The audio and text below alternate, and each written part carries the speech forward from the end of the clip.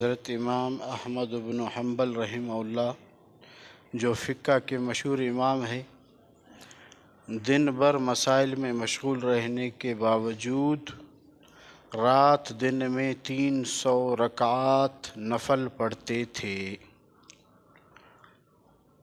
آپ اندازہ کیجئے کہ حنبلی مسلک کے بڑے امام اور کتنے مسائل میں ان کی مشغولی ہوگی، اس کے باوجود 300 رکعات پڑھتے تھے۔ آج شیطان کا دھوکہ ہے، کوئی مدرسے میں اشراق پڑھے تو دوسرے طلباء اس کا مذاق اڑانا شروع کرتے۔ یہ دھوکہ ہے شیطان کا کہ صوفی بنے ہو۔ جو ائمہ گزرے ہیں 300 رکعت دن رات۔ میرے دوستو، فرمایا جو تہجد سے محروم رہا وہ بڑی بلائی سے، بڑے خیر سے محروم رہ گیا۔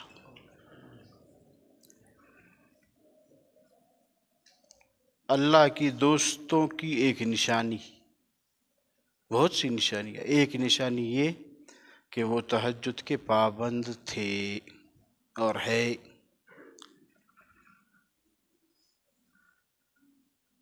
تھوڑی سی زندگی ہے، مختصر، اس میں اگر جتنی زیادہ عبادت ہو بہتر ہے۔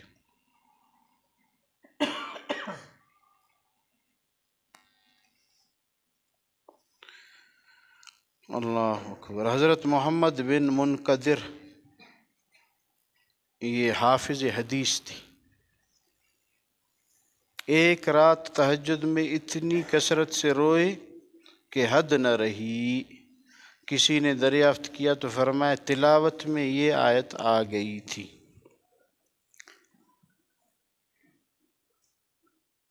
اگر ظلم کرنے والوں کے پاس دنیا کی ساری چیزیں ہوں اور اتنی ہی ان کے ساتھ اور بھی ہوں تو وہ قیامت کے دن سخت عذاب سے چھوٹنے کے لیے فدیہ کے طور پر دینے لگے۔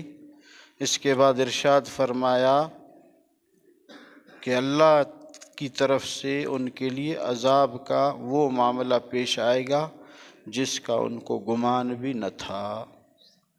ظلم ایسی چیز ہے میرے دوستو، اس سے بچیں، اور اس وقت ان کو اپنی تمام بدعمالیاں ظاہر ہو جائیں گی۔